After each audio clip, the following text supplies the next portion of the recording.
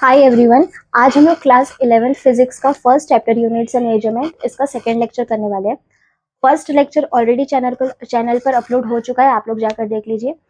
First lecture में हमने types of physical quantities के बारे में बात की थी, उनके यूनिट्स एंड डायमेंशंस और डिफरेंट डिफरेंट फिजिकल क्वांटिटीज है जो फंडामेंटल क्वांटिटीज से बनती है, that is derived quantities.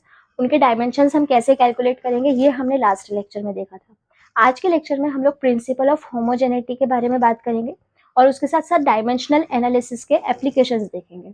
Okay, तो वीडियो को एंड तक देखिए और आप लोग अपने नोट्स खुद बनाइए। ओके, तो चलिए स्टार्ट करते हैं। सबसे पहले प्रिंसिपल ऑफ होमोजेनिटी। यहाँ पर होमो का मतलब होता है same. Okay, homo means same. Principal of homogeneity के अकॉर्डिंग किसी भी फिजिकल इक्वेशन में जितनी भी टर्म्स है उन सबका डायमेंशन बिल्कुल सेम होगा। Okay, in any physical quantity हम लोग यहाँ लिख लेते हैं। In any physical equation, in any physical equation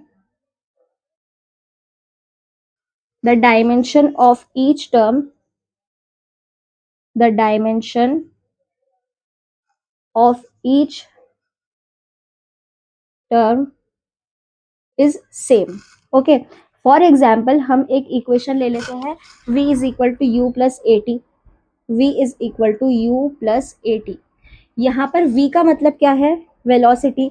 velocity का डायमेंशन होता है L T raise to minus one. u का मतलब क्या है? Again initial velocity. इसका डायमेंशन भी क्या होगा? L T raise to minus one. यहाँ पर है ए टी, है ना। एक्सेलरेशन का डायमेंशन होता है L T raise to minus two into t. अगर हम इसको सॉल्व करें तो आंसर आएगा L T raise to minus one. मतलब इस फिजिकल इक्वेशन में जितने भी टर्म्स है उनका डायमेंशन क्या है? बिल्कुल सेम है। ओके, इसके साथ साथ दो तीन पॉइंट्स और है जो अच्छे से मेमोराइज करना जरूरी है। नोट डालकर आप लोग लिख लीजिए। यहाँ पे फर्स्ट है कि अगर कोई भी इक्वेशन है जिसकी कोई पावर दी हुई है तो पावर जो है वो हमेशा डायमेंशन लेस होगी। Okay, powers are always dimensionless. Dimensionless का क्या मतलब है कि उनकी जो पावर होगी, सॉरी, उनका जो डायमेंशन होगा वो क्या होगा? m raise to zero, l raise to zero and t raise to zero. कुछ इस तरह से उनका डायमेंशन रहेगा। ऐसा क्यों है? देखो, जब हम किसी भी चीज में पावर की बात करते हैं, मतलब अगर हमने लिखा 10 रेस टू 13, ओके, तो यहाँ 13 क्या है? ये कांस्टेंट है। कांस्टेंट टर्म्स का कभी भी कोई डायमेंशन नहीं आता है। अगर हमने यहाँ लिख ली E raise to A B upon C D, अगर हमने ऐसी कोई इक्वेशन लिख लिया, ओके, तो मतलब यहाँ पर अगर हम इन सब की वैल्यूज को पुट करेंगे तो हमारे पास एक कांस्टेंट ही मिलेगा। पावर में हमेशा क्या होता है? कांस्टेंट टर्म होता है और ये कांस्टेंट हमेशा क्या होता है? डायमेंशन लेस होता है। Okay, constants are always dimensionless. Okay, तो इसीलिए क्या होता है? पावर जो है वो हमेशा डायमेंशन लेस होता है। इसके साथ जो नेक्स्ट पॉइंट है वो ये है कि only dimensions of same physical quantity can be added और सब्ट्रैक्टेड, कैन बी एडेड और सब्ट्रैक्टेड। इसका क्या मतलब है कि अगर हम कोई भी चीज में एडिशन एंड सब्ट्रैक्शन की बात करें, मतलब अगर हमारे पास कोई चीज का मास है तो मास के अंदर हम एक मास को ही ऐड कर सकते हैं, राइट। अगर हमें 3 kg मास दिया गया है तो उसमें हम लोग 2 किलोमीटर तो ऐड नहीं कर सकते, कोई इस चीज का सेंस ही नहीं है। हमें मास के साथ में हमेशा मास का ही एडिशन करना रहेगा। ओके, मतलब अगर 3 kg है तो हमें साथ में 2 kg को ही ऐड करना पड़ेगा, तो हमें आंसर में भी 5 kg मिलेगा। तो हमेशा क्या होता है कि जो सेम फिजिकल क्वांटिटीज है सिर्फ उनको ही ऐड या सब्ट्रैक्ट किया जाता है। ओके, तो ये चीज जल्दी से नोट कर लीजिए, फिर हम लोग आगे बढ़ते हैं। ओके,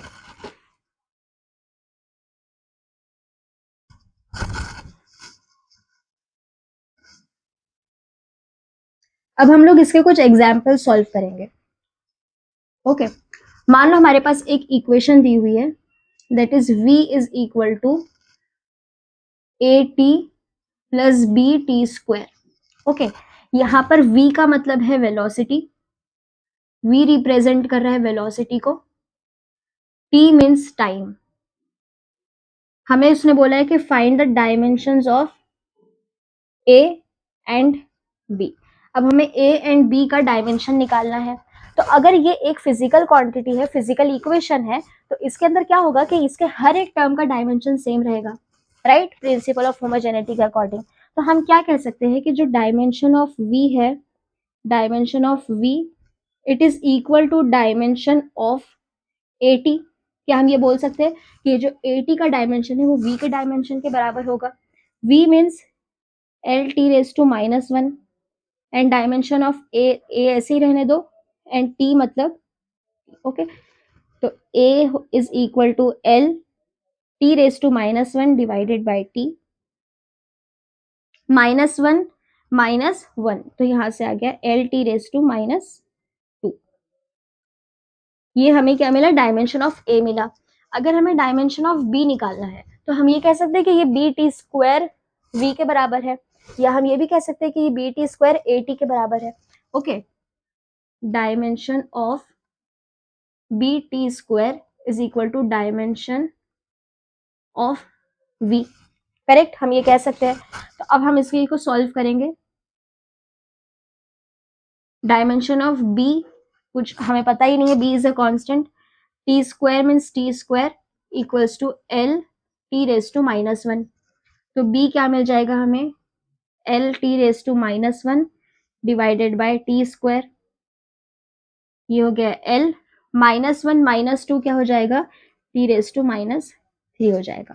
तो हमें ए का डायमेंशन मिल गया है L T raise to -2 and b का डायमेंशन मिल गया है एल टी रेज टू -3।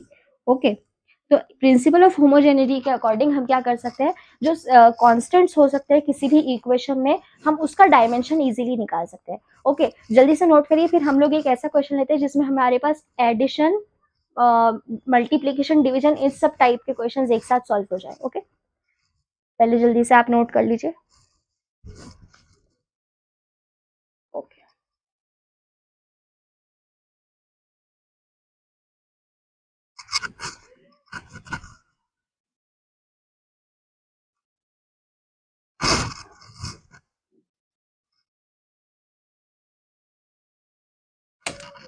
सी, अब हमारे पास एक ऐसा क्वेश्चन है जहां पे दिया गया है कि f is equal to v plus a root s divided by b t square. Okay, ये हमारे पास में एक टर्म दिया गया है, ये b को भी हम कैपिटल ले लेते हैं, चलो, b t स्क्वायर। हमें निकालना है dimensions of a and b। If f is force, okay, f क्या है, फोर्स है, capital S is displacement,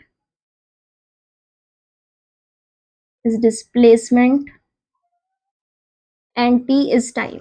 okay, t क्या है, टाइम है। अब देखो इस इक्वेशन में कितने टर्म्स हैं। सबसे पहले तो ये एक टर्म है, ओके, दूसरा टर्म है ये v, then a root s एक टर्म है, एंड b t स्क्वायर एक टर्म है। अब हमें अगर a का डायमेंशन निकालना है तो क्या हम ये कह सकते हैं कि the dimensions of a root s is equal to dimension of v, correct. यहाँ पे हम सोल्यूशन लिखेंगे इसका कि dimension of a is equal to dimension of a root s, right. Dimension of a हमें, सॉरी, डायमेंशन ऑफ v है ना, dimension of v, तो डायमेंशन ऑफ v आ जाएगा L T raise to -1, a constant ले लो। अगर यहाँ रूट है मतलब s की पावर हाफ होगा, राइट, तो s मतलब डिस्प्लेसमेंट, यानी डिस्प्लेसमेंट की power half. Dimension of a निकालेंगे अब, l t raise to -1 divided by l raise to half. Okay, ये देखो l की पावर यहाँ 1 है, यहाँ हाफ है, 1 माइनस हाफ कितना हो गया, हाफ, तो l raise to half t raise to -1। यहाँ से हमें मिल गया डायमेंशन ऑफ a। अब हमें चाहिए डायमेंशन ऑफ b। सी, यहाँ हम क्या करेंगे, अब हमें पता है कि अगर ये एक फिजिकल क्वांटिटी है, उसके अंदर क्या ऐड हुआ होगा, सेम फिजिकल क्वांटिटी। अभी हमने लिखा था कि जब हमें डायमेंशंस को ऐड या सब्ट्रैक्ट करना है तो फिजिकल क्वांटिटी सेम होनी चाहिए। मतलब अगर हमारे पास 1 kg मास है और हमने 2 kg मास ऐड किया तो आंसर हमें क्या मिलेगा, 3 kg मास, है ना। यहाँ डायमेंशन क्या था, मास का डायमेंशन m था, यहाँ पे मास का डायमेंशन m था और यहाँ भी मास का डायमेंशन m है। क्या यहाँ पे ऐसा हो गया कि 2 टाइम्स ऑफ m आया है? नहीं हुआ ऐसा। मतलब ये है कि अगर हमने इनमें दोनों में से किसी एक का भी डायमेंशन लिखा तो हमारा काम चल जाएगा। ओके, अब हम लोग आ जाते हैं b के ऊपर। देखो b को हम क्या लिख सकते हैं, b इज इक्वल टू, ये b इधर चला गया और f यहाँ आ गया, तो ये हो जाएगा v plus a root s divided by f t square, right.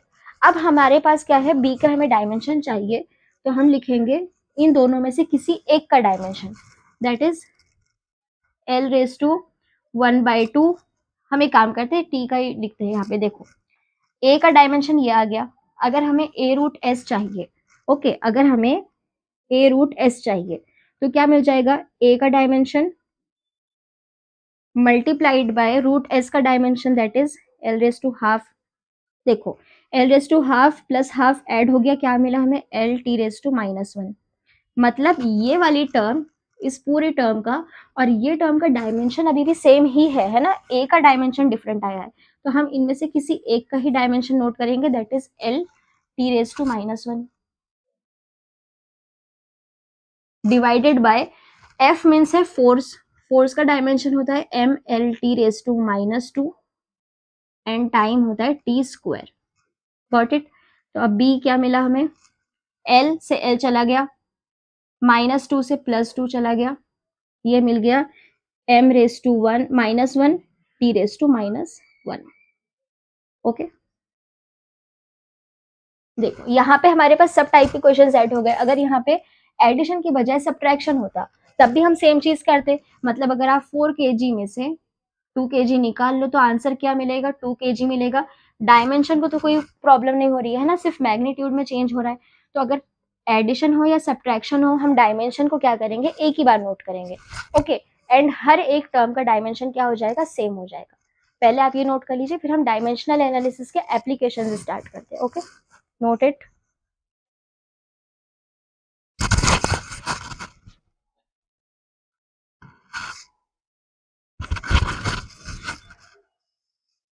Okay,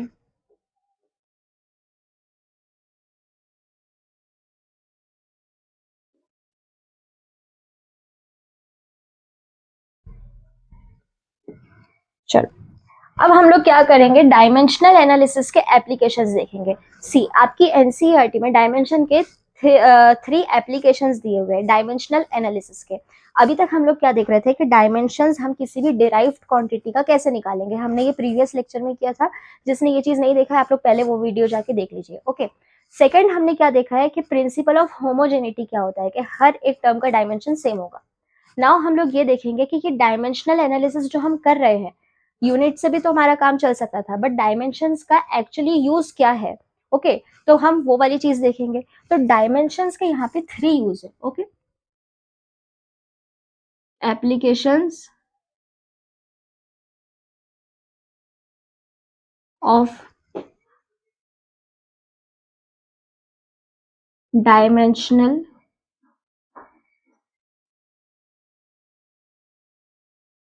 analysis. Okay, dimensional analysis के 3 एप्लीकेशंस है। सबसे पहला एप्लीकेशन है to check the correctness of a equation, to check the correctness of an equation. Okay, कोई भी equation अगर हमें दी गई है, हमें अगर पता ही नहीं है कि वो फॉर्मूला क्या था, अब ये चीज हमारी कहीं पे भी अप्लाई होगी। 11 से 12 तक आप जितनी भी फिजिकल क्वांटिटीज पढ़ेंगे, हर एक फॉर्मूला पे ये चीज अप्लाई होगी कि हम इक्वेशन का करेक्टनेस चेक करेंगे कि ये इक्वेशन करेक्ट है या नहीं है। ओके, सेकेंड एप्लीकेशन है deriving the formula, deriving the formula. हम डिफरेंट फॉर्मूला डिराइव करेंगे using dimensional analysis. And third application इसका होने वाला है conversion of units, conversion of units. अब अगर हमें किसी भी टर्म को एसआई यूनिट से सीजीएस यूनिट में कन्वर्ट करना है तो हम क्या करेंगे, कन्वर्जन ऑफ यूनिट्स वाला मेथड यूज करेंगे। ओके, तो चलिए हम फर्स्ट वाले एप्लीकेशन से सबसे पहले स्टार्ट करते हैं। फर्स्ट एप्लीकेशन है to check the correctness of a equation. अब ये वाला जो एप्लीकेशन है ये डिपेंड करता है पूरा कंप्लीटली, ये डिपेंड करेगा प्रिंसिपल ऑफ होमोजेनिटी पे। ये डिपेंड करता है प्रिंसिपल ऑफ होमोजेनिटी। ओके, सी, अगर हमारे पास कोई भी इक्वेशन है और अब हमें पता ही नहीं है ये इक्वेशन क्या थी। ओके, ये इक्वेशन आपने कभी देखा ही नहीं लाइफ में, तो आप पता कर सकते हैं कि वो इक्वेशन करेक्ट है या नहीं है। फॉर एग्जाम्पल हम यहाँ ले लेते हैं एक एग्जाम्पल इसका, s is equal to u t plus half a t square. ये इक्वेशन है जो आपको हमेशा से, आपने स्कूल में भी ये इक्वेशन पढ़ी, आपको पता है कि ये वाली इक्वेशन क्या है, करेक्ट है। अब हमें चेक करना है कि ये सच में करेक्ट है या नहीं है, तो हम कैसे चेक करेंगे। सी, एस का मतलब क्या होता है, डिस्प्लेसमेंट, तो यहाँ पे लेंथ इसका डायमेंशन हो गया। यू टी क्या होता है, यू मतलब L T raise to -1, t means t plus, ये हाफ क्या है, कांस्टेंट है, इसका तो कोई डायमेंशन होगा ही नहीं। एक्सेलरेशन क्या हो जाएगा, L T raise to -2 into t square, right. अगर हम इसको सॉल्व करें तो ये देखो, टी रेस टू -1 और टी चला गया, यहाँ बचा L, plus t raise to -2 and t square चला गया, यहाँ पे बचा एल। मतलब हर एक टर्म का डायमेंशन क्या आ गया, सेम आ गया। प्रिंसिपल ऑफ होमोजेनिटी को ये फॉलो कर रहा है, मतलब हमारी इक्वेशन क्या है, एब्सोल्युटली करेक्ट है। ओके, ये किसी भी इक्वेशन पे लग सकता है, मतलब force equals to mass into acceleration पे आप लगा लो, v square minus u square equals to 2as पर ये लगा दो। ओके, किसी भी इक्वेशन पे आप लगाओ, यहाँ पर क्या आएगा, आंसर बिल्कुल करेक्ट आएगा। अगर इक्वेशन करेक्ट है तो सारे ही टर्म्स के डायमेंशन क्या होंगे, बिल्कुल सेम हो जाएंगे। ओके, हम एक और एग्जाम्पल ले सकते हैं, जैसे कि, चलो ये नोट कर लीजिए आप, हम लोग दूसरा एक एग्जाम्पल ले लेते हैं, जैसे कि t is equal to 2 under root L upon g. Okay, ये क्या होता है, ये होता है time period of simple pendulum, time period of simple pendulum. अब हमें चेक करना है कि ये फॉर्मूला करेक्ट है या नहीं है। हम क्या करेंगे, यहाँ पहले डायमेंशन लिखेंगे t का, इज इक्वल टू, ये 2 एक कांस्टेंट है, इट इज डायमेंशनलेस। अब यहाँ पे है रूट, तो हम इसको क्या लिख सकते हैं, 2 L upon g whole raise to 1/2, correct. तो अब यहाँ पे डायमेंशन इसका एल का डायमेंशन हो जाएगा L raise to half divided by G का मतलब होता है एक्सेलरेशन ड्यू टू ग्रेविटी, है ना। जी क्या होता है, एक्सेलरेशन ड्यू टू ग्रेविटी। जो डायमेंशन एक्सेलरेशन का होगा वही same dimension acceleration due to gravity का भी होगा। ओके, तो हम यहाँ लिख लेंगे इसका dimension L T raise to -2 raise to half. Okay, अब हम सॉल्व करके देखेंगे कि ये भी टी की तरह आ रहा है क्या। ये हो गया L raise to half divided by L raise to half t raise to -2 into half, कितना हो गया, -1। यहाँ से ये टर्म कट हो गया, ये टी रेज टू -1 ऊपर आके बन गया टी। तो हमारी ये वाली इक्वेशन क्या है, बिल्कुल करेक्ट है। तो ये इस तरह से हम लोग क्या चेक कर सकते हैं कि कोई भी गिवन इक्वेशन जो है वो करेक्ट है या नहीं है। ओके, तो ये है first application of dimensional analysis. आज की वीडियो हम लोग यहीं पर एंड करते हैं। हम नेक्स्ट वीडियो में जो 2 एप्लीकेशंस और बचे हैं, एक है कन्वर्जन ऑफ यूनिट्स का, दूसरा है डिराइव द फॉर्मूला। ठीक है, आपको कोई भी इंफॉर्मेशन दी जाएगी, हमको वहां से फॉर्मूला कैसे डिराइव करना है हम वो भी सीखेंगे। इसके साथ नेक्स्ट वीडियो में हम ये तीनों भी एप्लीकेशन के बेसिस पर बहुत अच्छे क्वेश्चंस भी सॉल्व करेंगे। ओके, तो तब तक पढ़ाई करते रहिए और आप लोग अपने